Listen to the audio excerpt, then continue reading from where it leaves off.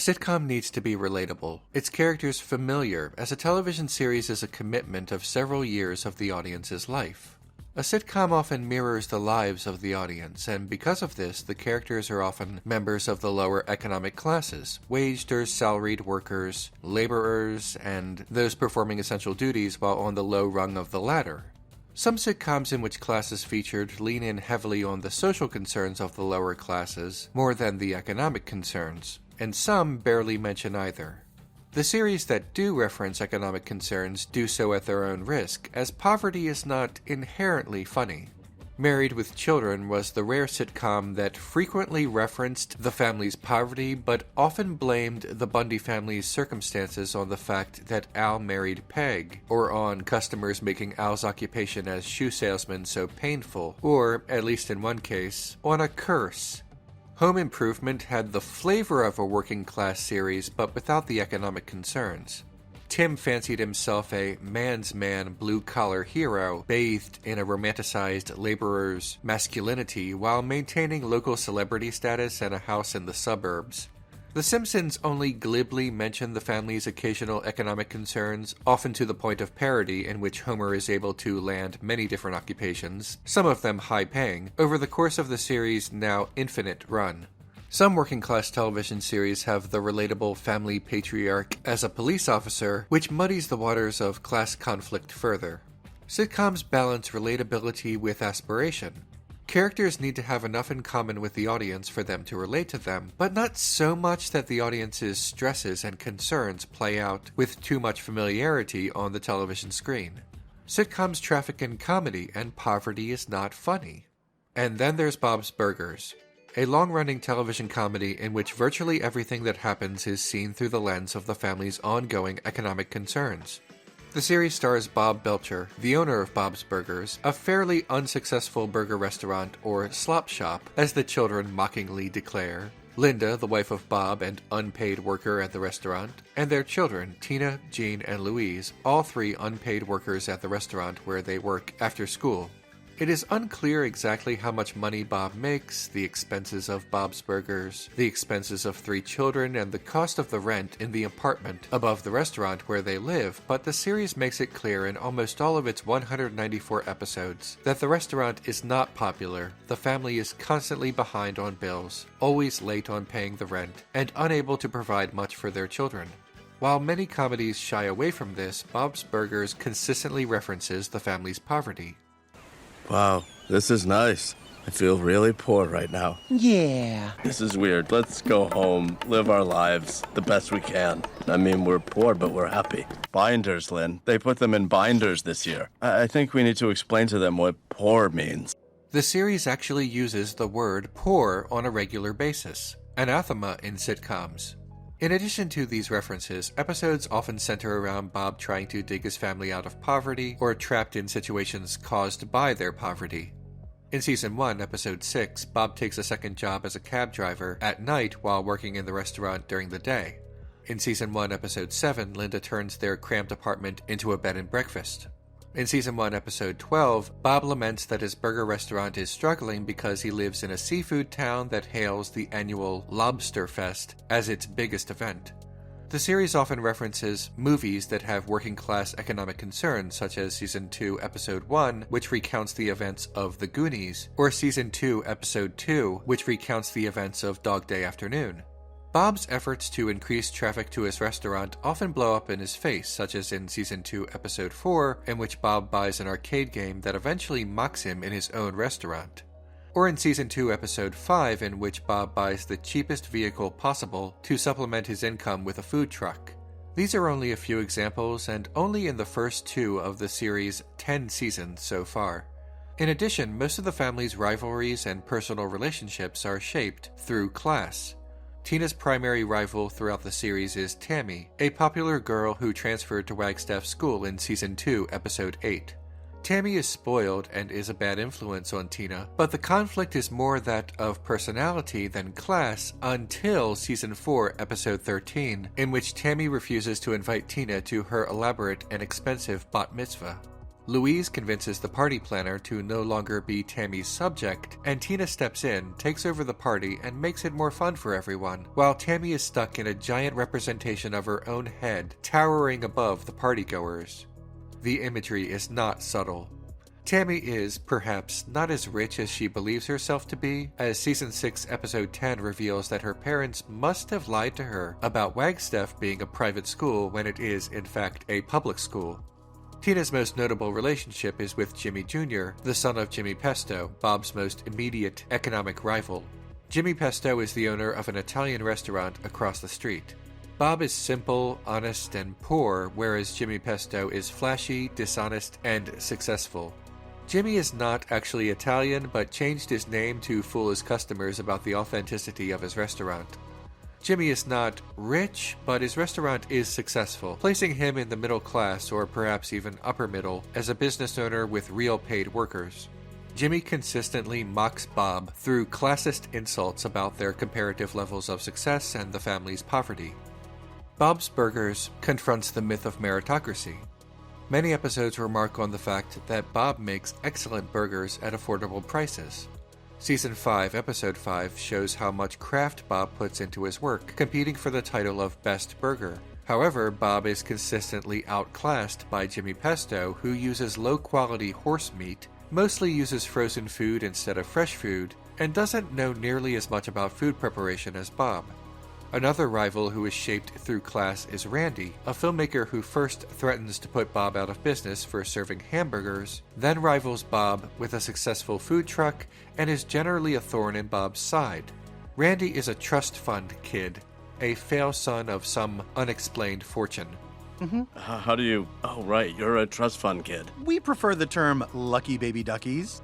Yet another antagonist shaped through class is Helen, a woman who inherited wealth when her husband passed away under mysterious circumstances. She's introduced in Season 5, Episode 19, and then reappears in Season 9, Episode 12, in which the children compete with her over a missing valuable. Bob does not maintain many friendships, devoting nearly his entire life to his family and his restaurant. However, his best customer, a working-class laborer named Teddy, forms a bond with Bob which is only sometimes reciprocated. Teddy is a self-employed handyman, and Bob is a small business owner with no hired workers. Bob and Teddy don't have much in common, but this shared lifestyle will always mean Bob will have more in common with Teddy than with, say, Randy. Bob's Burgers frequently portrays the police as either incompetent or actively harmful to the communities they are presumably instructed to protect. In Season 1, Episode 5, the police are represented by two officers who pass by the restaurant as it's being robbed, and then fail to go after him when he robs the restaurant again. By Season 2, these officers are gone and the face of the police is Sergeant Bosco. In the aforementioned bank robbery hostage episode, Bosco fires on the bank several times despite the fact that it puts Bob and the other hostages at risk. The robber, Mickey, is not violent but poor. After Mickey is arrested and eventually released, he becomes a friend of the family and later gains employment at the Wonder Wharf. Again, Bob and Mickey have little in common, but their shared class fosters solidarity. Class shapes every relationship in the series. In addition to this, class shapes the episodes, though some are more overt than others. In Season 4, Episode 15, Tina, Jean, Louise, and their friend, regular-sized Rudy, are locked in the back of a train for wine connoisseurs. Unwilling to accept their status as second-class citizens, they plan to rob the train of its chocolate. In Season 6, Episode 11, Tina, Jean, Louise, regular-sized Rudy, and a few others ask to share the bounce castle with the wealthy birthday girl. She rebuffs them, and they seize the bounce castle for themselves. Season 7, Episode 17 revolves around Bob and Linda winning a contest to take part in an elaborate LARP of the show's Downton Abbey proxy. Their roles are assigned at random, and Bob and Linda are given the parts of servants, while other guests are given the parts of the wealthy, a nod to being born into one's economic circumstances. Bob is tempted by the wealthy LARPers into being a class traitor, but he eventually sides with Linda and her revolt against those who were assigned wealth. Life was horrible back then if you weren't in the super upper class. I'm just glad that we live in a time where there are no classes. I get what you were going for. In Season 9, Episode 3, Tina, Jean, and Louise join a school extracurricular in which they create a small business selling wooden figures. Tammy, Jocelyn, and Jimmy Jr. nonchalantly take power and assign themselves the roles of management, doing comparatively little work but gaining far more rewards than labor. Tina initially sides with management until she realizes what this is doing to her siblings and to regular-sized Rudy. When labor recognizes the unfair power dynamics, they fight back, eventually making the small business collectively owned and operated among all workers. These are only a few examples. More than anything else in the series, the class conflict is highlighted most by Mr. Fischoeder, the landlord and the richest man in town.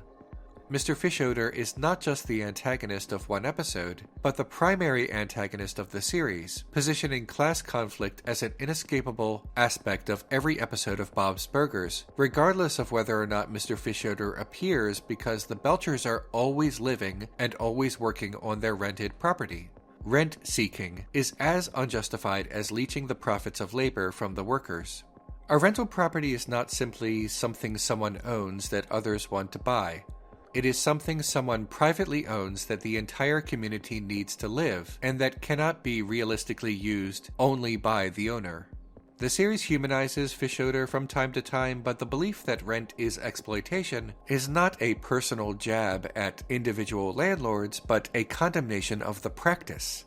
Whether or not Fischoeder is a nice guy is irrelevant, though the series clearly frames him as, at best, aloof, and at worst, uncaring and conniving. In Season 1, Episode 13, Fischoeder shows Bob that the games he owns at Wonder Wharf can almost never be won, which is allegorical for the promise of wealth to the lower classes that is historically incredibly difficult to attain. Bob's Burgers highlights the exploitation between landlord and tenant in various episodes in which he has the Belchers perform unusual tasks for him in exchange for leniency on their often late rent. This is not generous on the part of Fischoeder. If the Belchers can't pay their rent, they're out on the street. It's an ultimatum that the Belchers must agree to, and Fischoeder recognizes this. Class conflict is perhaps the most overt in Season 5, Episode 21, in which Mr. Fischoeder threatens to raise the rent on much of the town.